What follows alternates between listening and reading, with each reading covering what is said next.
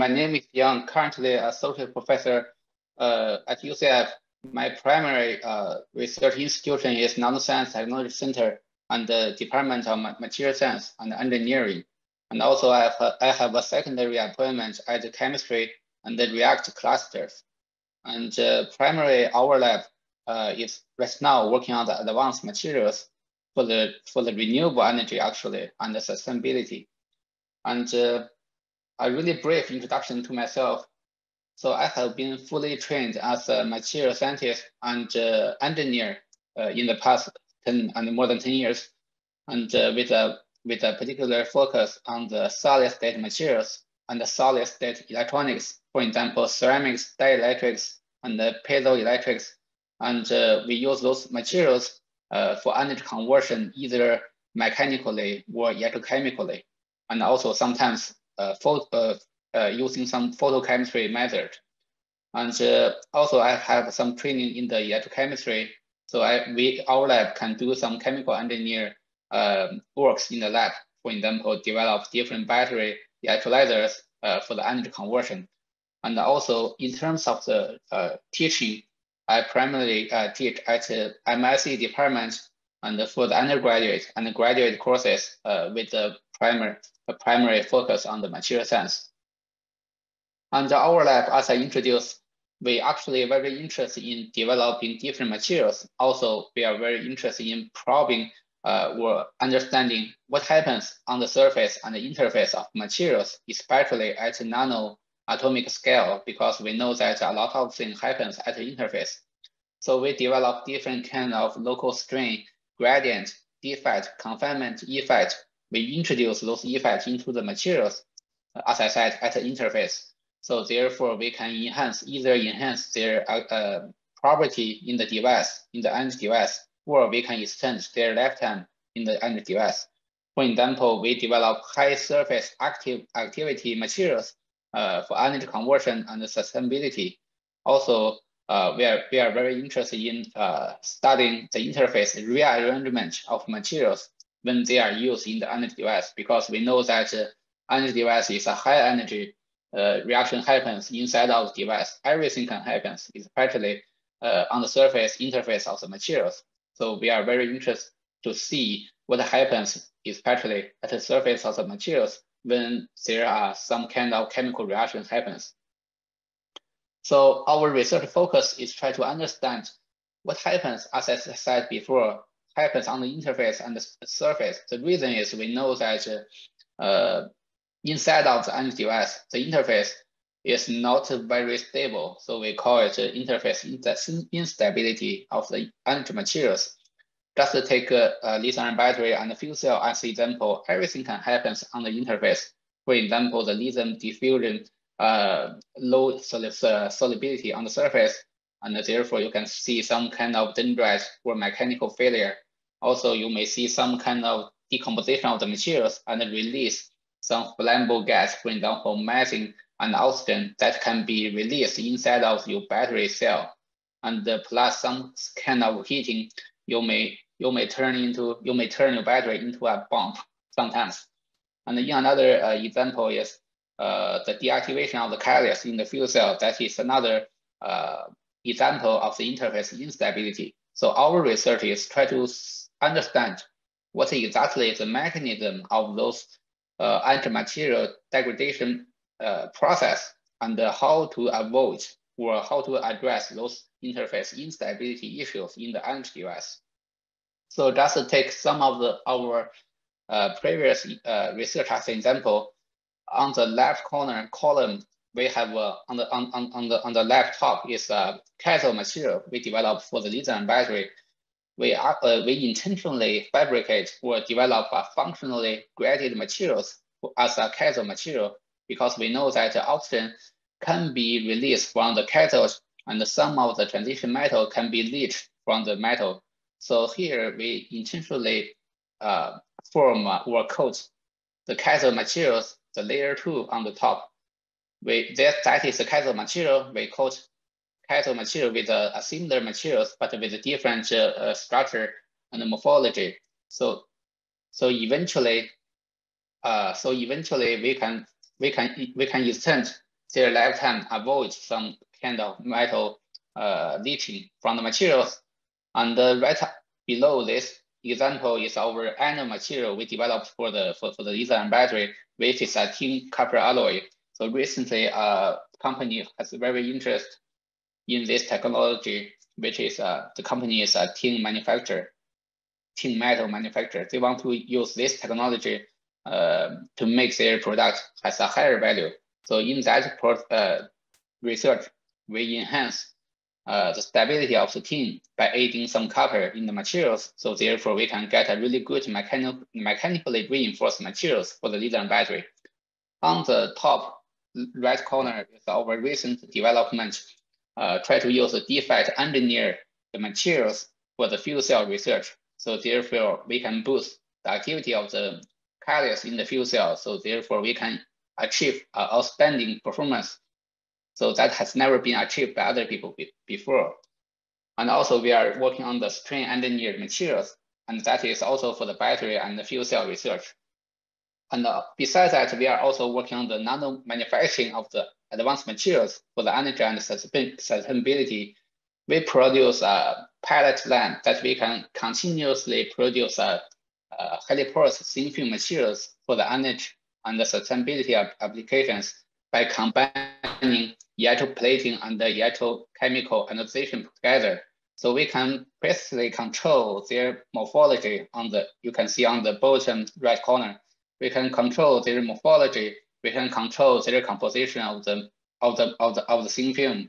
So it depends on what eventually we want to use those materials in what kind of device. So it depends on the application. We can tune their composition and the structure morphology. And besides that, as I said before, my education background is solid state materials. We are also very interested in using different materials in the solid state electronics. For example, flexible memory, flexible non-volatile memories, and the optical data storage. So therefore, we can develop different kind of materials for different applications. So in today's presentation, I just introduced 3 primary research that we developed recently. The first one is the aqueous battery that we developed last year. So which we know that lithium battery is not that stable. So we try to replace the organic flammable organic electrolyte using the aqueous electrolyte. So therefore, there is no electrolyte, no flammable gas evolution at all. So therefore, you can make your battery much safer than before. And also from the motivation corner, you can see the figure A. So compared with whatever other batteries, this kind of aqueous battery using zinc as an anode is really promising in terms of both energy and the power. So we can see this pink one on the top. The zinc-based battery has both high energy and high power. And also the aqueous electrolyte makes this battery very cheap and very safe. But the point is actually on the surface of the zinc, when you use it in the battery, you may see some local chlorine problem, and also again the dendrite formation problem as well.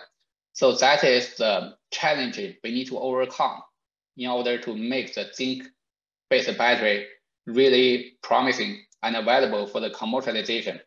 So therefore, we develop a 3D electrode. So the electrode is around a few hundred micrometer, which is exactly the standard thickness of the commercial battery electrode. So we developed this thick materials, but it has 3D structure with the hierarchical pearl structures. And those 3D structure can regulate the local electric field when you use it in the battery.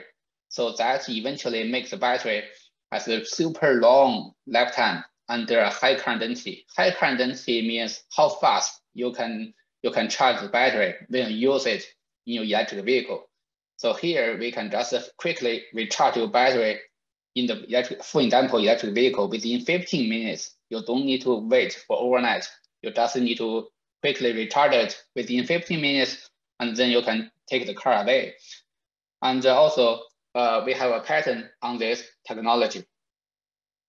The second one I want to introduce is something is very promising, very hot topic recently, which is hydrogen fuel cell. But you know that before we are talking about hydrogen fuel cell, you need to produce hydrogen, because without hydrogen, there is no fuel cell at all. But when you see the right top corner, you see the challenge. You can see that actually, so far, the majority of the hydrogen we produce, they are gray hydrogen, they are blue hydrogen. They are still strongly associated with the fossil fuels. They are not very clean at all.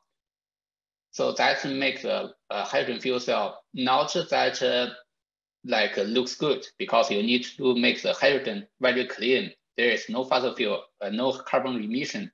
So that's the future of the fuel cell. So, but right now, people use water electrolysis to produce green hydrogen, but the efficiency is still super low. But in our research, we develop different kind of materials.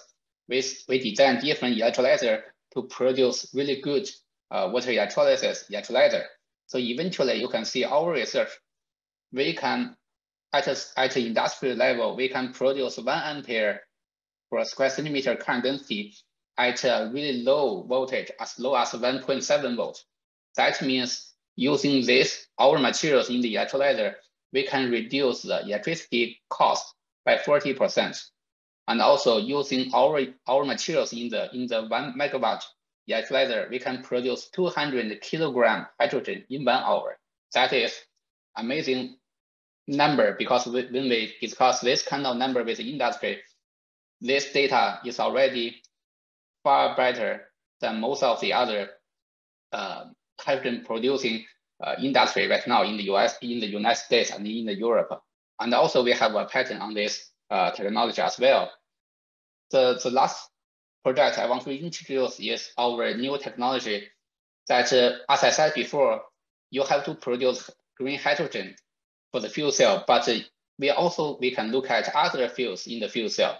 From this chart, you can see that actually ethanol is a really promising fuel that you can use in the fuel cell. And also, again, United States is one of the largest countries that produce corn-based ethanol every year. We produce billion gallons of ethanol from the Midwest state, but we just sell it as a low-value product. But if we can use those ethanol in the fuel cell, we can generate huge amount of revenue from this product. But the problem is currently this direct ethanol fuel cell is not that promising right now in other groups, because other people do not have a really good catalyst to push the reaction happens quickly. Here, in our study, we develop a really good, so their surface catalytic reaction in the fuel cell, so we can make the reaction happens much quicker than before. So compare with the other people's value, for example, the state-of-the-art technology developed by other people has a pretty low activity, has pretty low power, as low as 50 milliwatts per square centimeter. But we can change this number by 10, 20 times. So we can greatly increase their power. And also we can use much less precious metal in the catalyst. So using our technology in the fuel cell, we can reduce the overall cost by 40–50%. And also we have a patent on this technology. So today I'm really glad to come here because I want to share our most recent technology with the potential collaborators in the future, because our technology well aligned with the federal policy and on the green clean energy. And if our technology can be commercialized, we can really establish the US lead manufacturing industry in the Midwest state. And also, the reason I'm come here is because we want to look for some academia collaboration using solar wind energy combined with our electrolyzer. So therefore, we can develop a 100% green hydrogen producing process. Also, we want to work with the system engineer, agriculture, and the environmental engineer people to further develop our technology. And of course, looking for industrial partner is always our target. So we want to really work with the industry not only for the SBIR proposal, but we really want to make the product available in the market. So with that, I will thank all my internal collaborators at UCF. I just list some of the collaborators here, but of course, my collaborator is much more than the list right now on this slides, and also some of the past and the current sponsors. And with that, I will thank so much. So if anybody has any interest in the technology, as I mentioned, we have a patent number on the slides. You can contact me either by email or check our website. Okay, thanks so much.